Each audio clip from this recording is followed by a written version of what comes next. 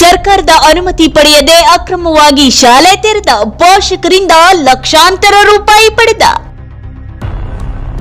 ಮೈಸೂರಿನ ಕೃಷ್ಣಮೂರ್ತಿಪುರಂನಲ್ಲಿ ಅನಧಿಕೃತವಾಗಿ ಬಿಎಸ್ಎಸ್ ವಿದ್ಯೋದಯ ಶಾಲೆ ತೆರೆದ ವಾಸುದೇವ ಭಟ್ಟ. ಅಕ್ರಮವಾಗಿ ಶಾಲೆ ಆರಂಭಿಸಿದ ವಾಸುದೇವ ಭಟ್ಟ ಮಕ್ಕಳ ವಿದ್ಯಾಭ್ಯಾಸಕ್ಕೆ ಬಗನಿಗೂಟ ಇಟ್ಟ. ಅನಧಿಕೃತ ಶಾಲೆಗೆ ನೋಟಿಸ್ ಕೊಟ್ಟರು ಕ್ಯಾರೆ ಎನ್ನದ ವಾಸುದೇವ ಭಟ್ಟ ಪೋಷಕರಿಗೆ ಸಂಕಷ್ಟ ತಂದಿಟ್ಟ. ವಿಜಯ ವಿಠಲ ಶಾಲೆಯ ಕಾರ್ಯದರ್ಶಿ ವಾಸುದೇವ ಭಟ್ಟ ದುಡ್ಡಿನಾಸೆಯಿಂದ ಜನರಿಗೆ ಉಂಡೆನಾಮ ಇಟ್ಟ. ಅಕ್ರಮ ಬಿಎಸ್ಎಸ್ ವಿದ್ಯೋದಯ ಶಾಲೆ ತೆರವಿಗೆ ರಾಜ್ಯ ಮಾನವ ಹಕ್ಕುಗಳ ರಕ್ಷಣಾ ಸಮಿತಿ ಒತ್ತಾಯ.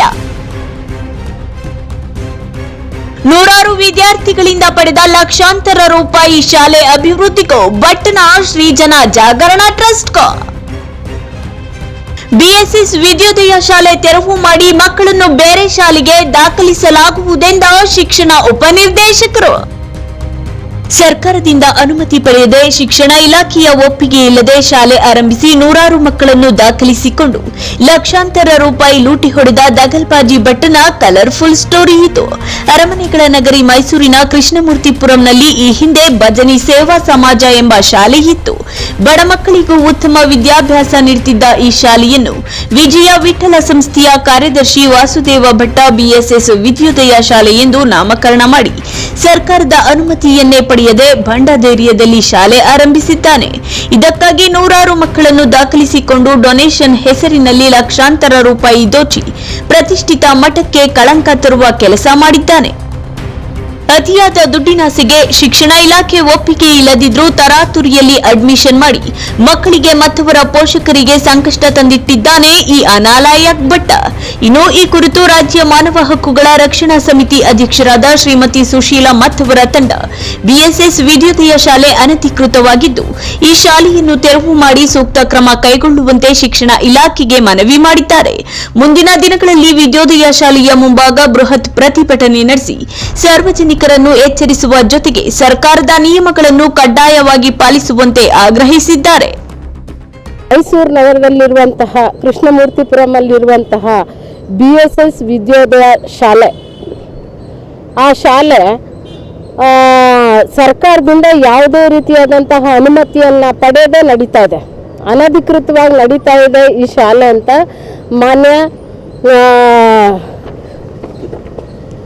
ಇವರು ಕ್ಷೇತ್ರ ಶಿಕ್ಷಣಾಧಿಕಾರಿಗಳು ಕೂಡ ನಮಗೆ ಕೊಟ್ಟಿದ್ದಾರೆ, ಅನಧಿಕೃತವಾಗಿ ನಡೀತಾ ಇದೆ ಅಂತ.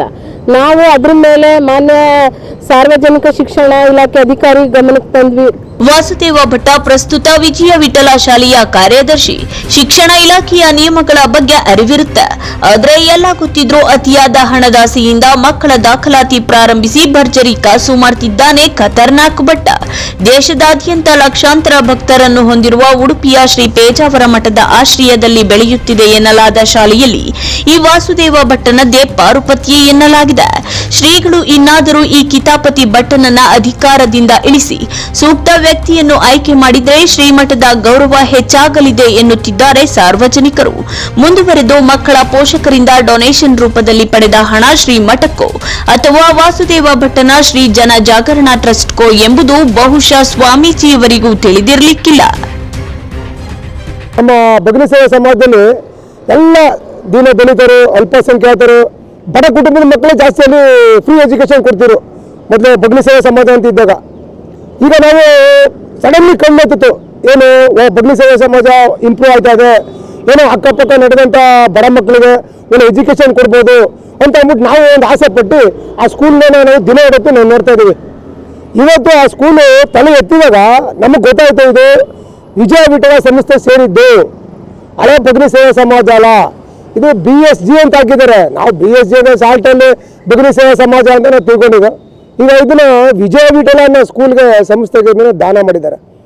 ಅಲ್ಲಿರತಕ್ಕಂಥ ವ್ಯವಸ್ಥಾಪಕರು ವಾಸುದೇವ ಭಟ್ಟ ಅವರು ಈ ಸ್ಕೂಲ್ನ ನಡೆಸೋಕ್ಕೆ ಪ್ರಾರಂಭ ಮಾಡಿದ್ದಾರೆ.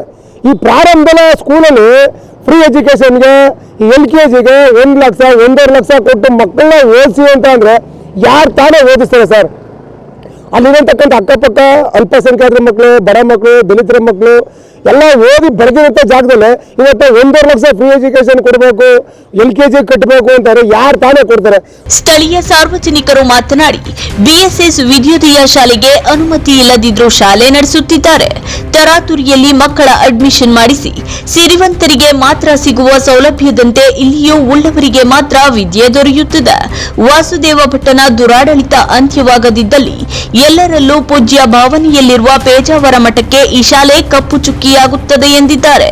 ಮೈಸೂರಿನ ಮಾಜಿ ಮೇಯರ್ ಪುರುಷೋತ್ತಮರವರು ಮಾತನಾಡಿ, ಈ ಹಿಂದೆ ಇದೇ ಸ್ಥಳದಲ್ಲಿದ್ದ ಭಜನಿ ಸೇವಾ ಸಮಾಜ ಸಂಸ್ಥೆ ಬಡ ಮಕ್ಕಳಿಗೂ ವಿದ್ಯಾದಾನ ಮಾಡ್ತಿತ್ತು.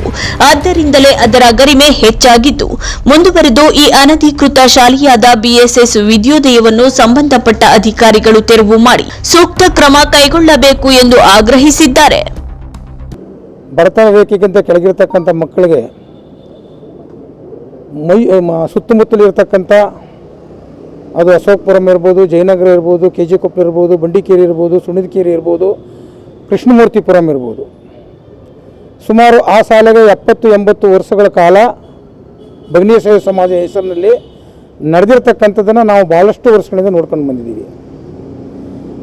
ಅಲ್ಲಿ ಓದ್ತಕ್ಕಂಥ ಮಕ್ಕಳಿಗೆ ಭಾಳಷ್ಟು ಸರಳವಾದಂಥ ಶುಲ್ಕ ಇದ್ದಂತಂದ್ರೂ ಕೂಡ ನೋಡಿದ್ದೀನಿ ನಾನು.